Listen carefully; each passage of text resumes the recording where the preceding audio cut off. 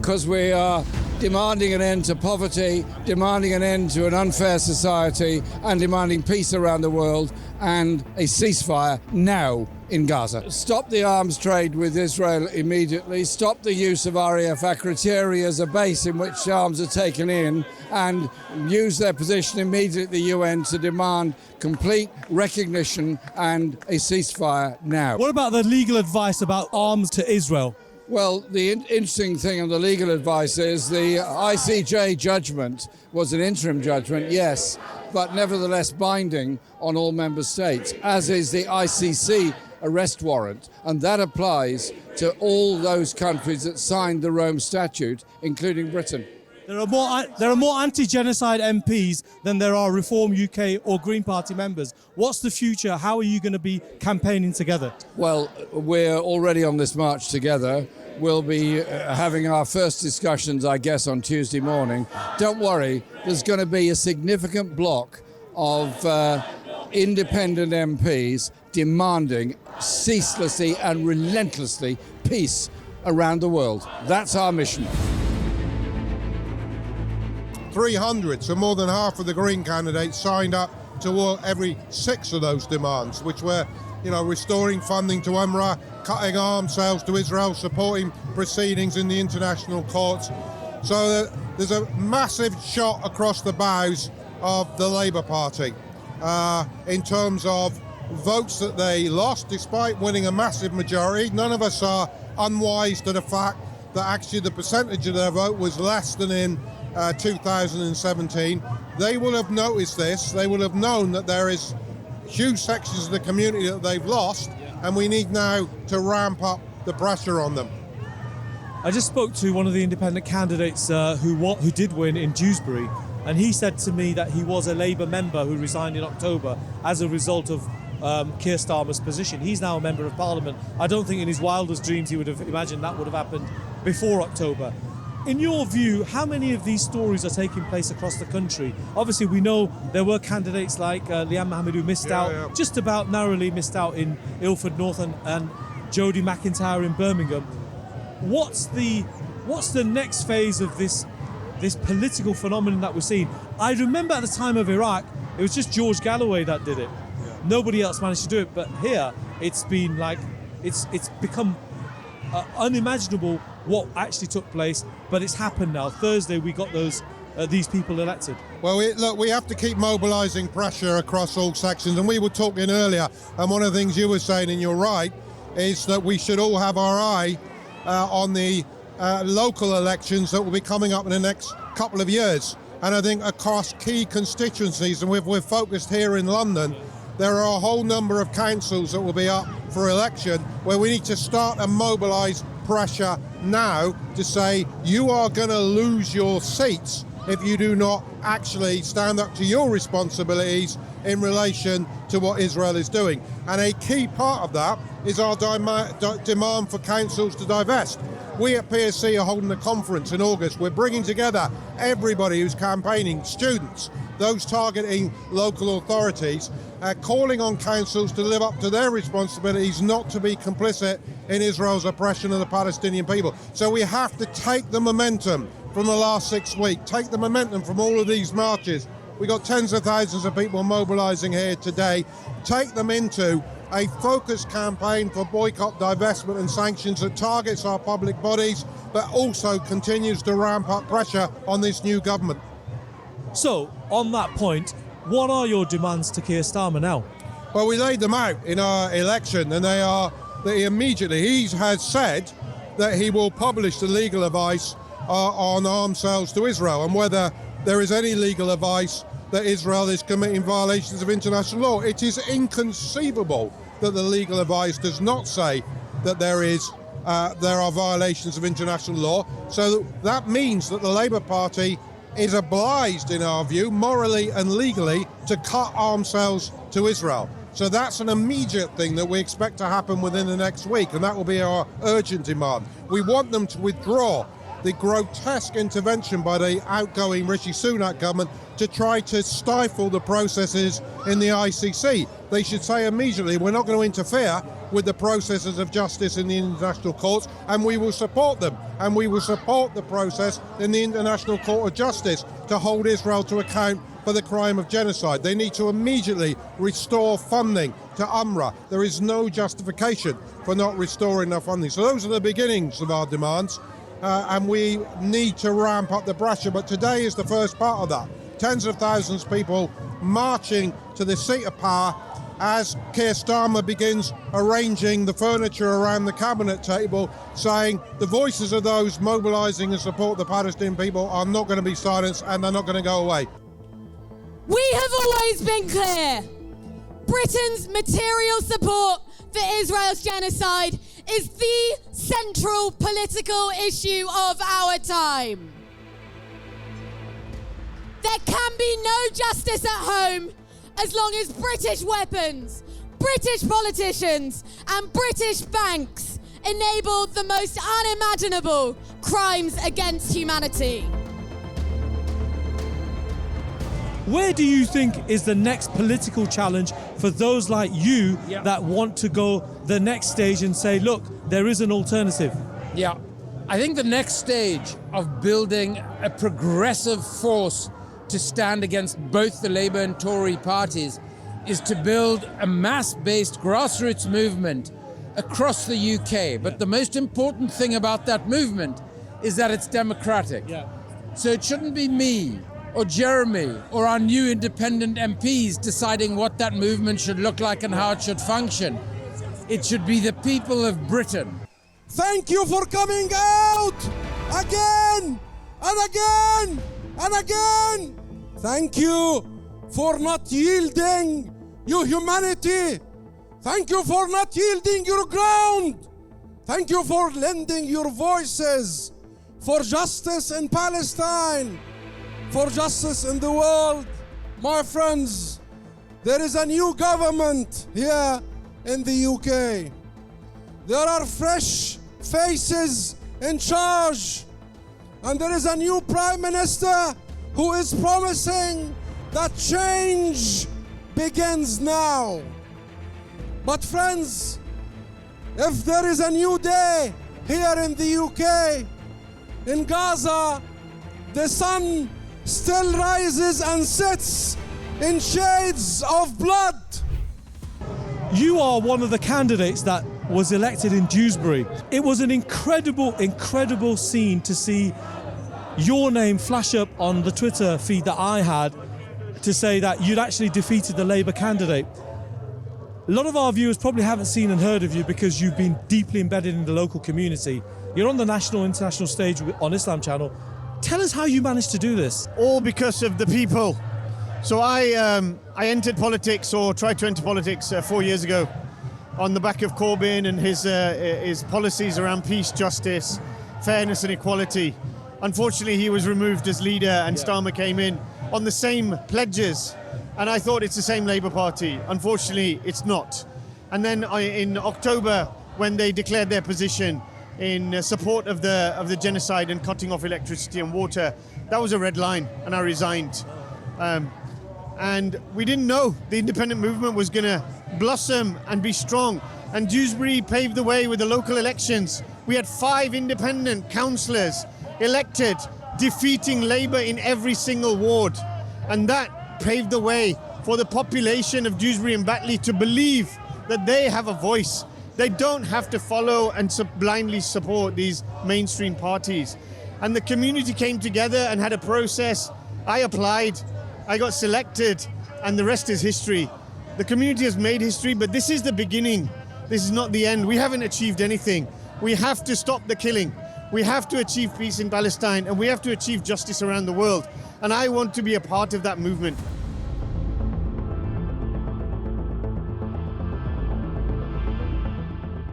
There are more anti-genocide MPs than there are Reform UK Green members. What does that tell you?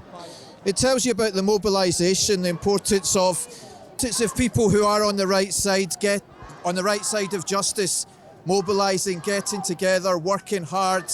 There is a large amount of people. We are not happy with what's going on. We're not happy with the two-party system. We're not happy watching our leaders actually endorse a genocide. So I think we just need to continue. The journey cannot stop. Yeah.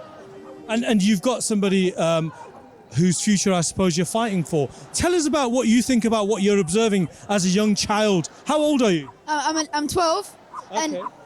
and I'm quite happy. There's lots of people here. They're not happy with the government and they want change. And what memories are you forging in this thing? Because obviously in 10 years' time, you'll still be very young, whereas we're all going to be very old.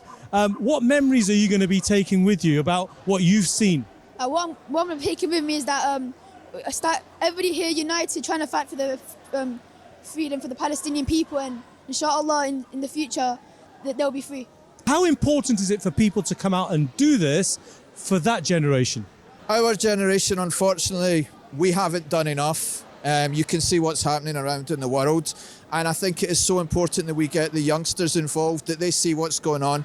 Apartheid ended in South Africa after years and years of hard work. And inshallah, as my son's just said there, we will see freedom for the Palestinians.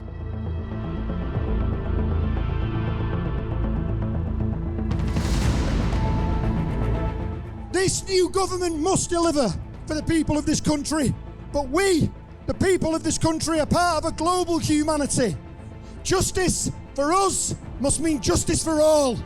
And justice for all must mean justice for the people of Palestine.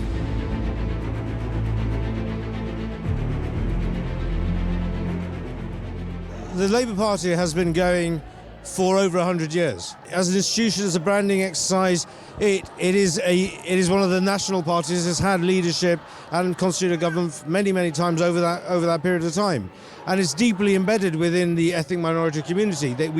Ethnic minorities traditionally vote Labour, but this time round, in high ethnic minority density areas, that not only have they majority voted for some candidates up and down the country who are independent, who have only just decided to stand in the last 200 odd days, in many sort of crucial seats, which are Labour strongholds, they've come not just a very strong second, but they've nearly beaten the actual incumbent MPs. So, for example, Rushdar Ali, she only lost out by 1,800 votes. Leanne Mohammed has lost only by 500 votes. Jodie McIntyre, 693. Indeed, and if you look at, I think the lesson there with some of these constituencies where there's more than one independent standing is, had there not been more than one, had there been a unity candidate, they would have won and won comfortably. So I think there's lessons to be learned from the community, but still a very well done to a grouping of people that have constituted themselves very quickly.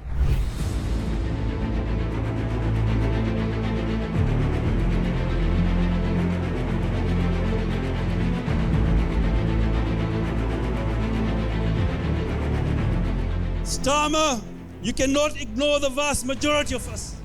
Palestine is the issue. Let me repeat, Palestine is the issue. And we demand that you release the legal advice given to the government regarding arms sales to Israel and Israeli war crimes. We demand you resume the funding of UNRWA. Do not be complicit in the genocide of Gaza. While the bombs are killing the people of Gaza, your defunding of UNRWA is starving to death.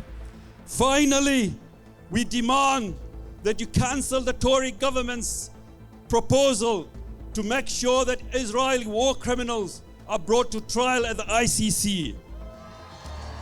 Keir Starmer, have no doubt that yes, you have won the election, but you have not won the hearts and minds of the people of this country. Ignore us at your peril. United, we have shown you that we can bring about a change. You do not make Palestine the issue. Your government is not going to last for long. So united we stand and we say free, free, free, free.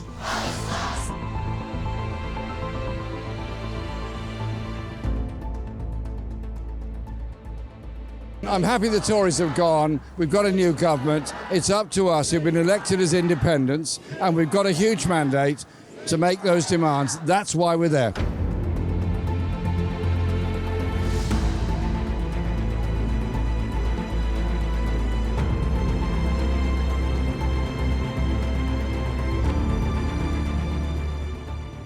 Can I ask you, whereabouts are you from? I'm from Ilford. You're from, oh, Ilford. Now, let's talk about Ilford. We had two candidates, one very prominent who just missed out.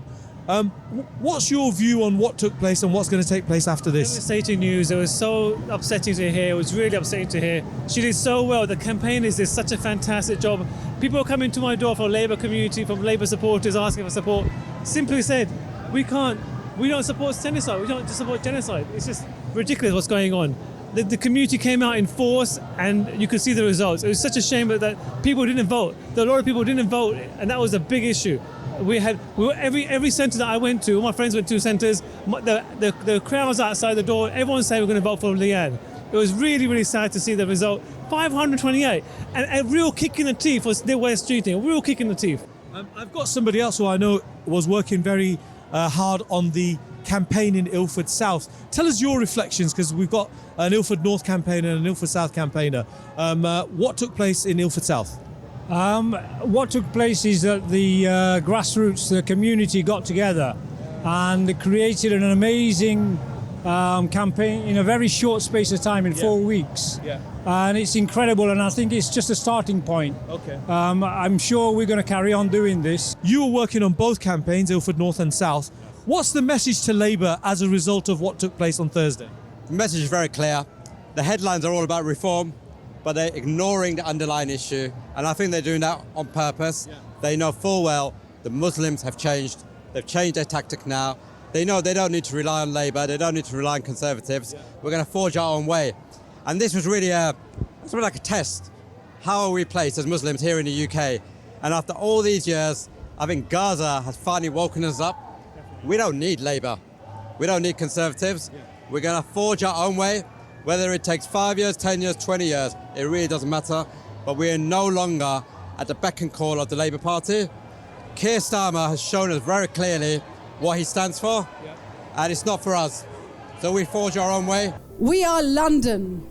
We are anti-racist, progressive London. We were never the Tories' constituency. Just because we're tired doesn't mean we're diminished. Next time you come to march, bring someone who didn't come today. Bring the ones who are heartsick about Gaza but don't think the marches are for them. Bring the ones who believe that everyone, including that young woman at the Allenby crossing, has the right to live without the brutality of occupation. Let us come out in all our beautiful numbers and raise our voices so they hear us in Downing Street. In our thousands, in our millions.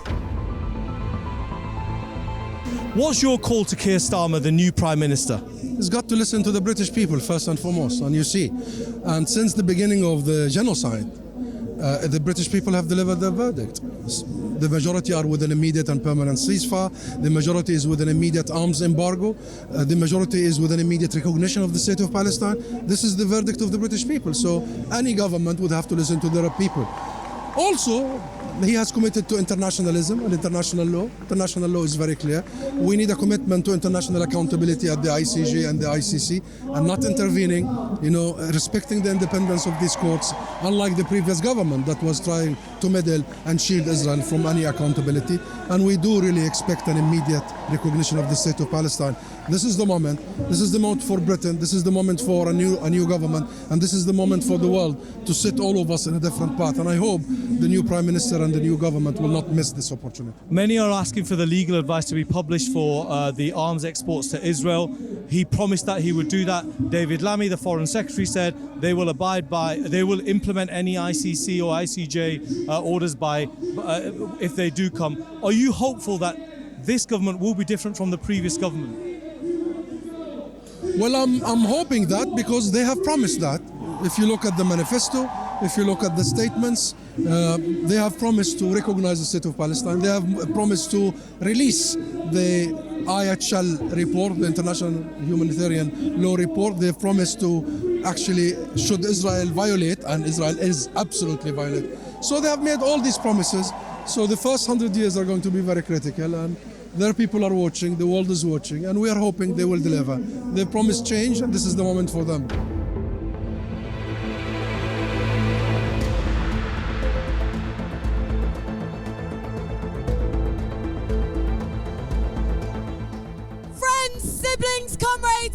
thank you for coming out in full force today to show this new government that we are not going anywhere.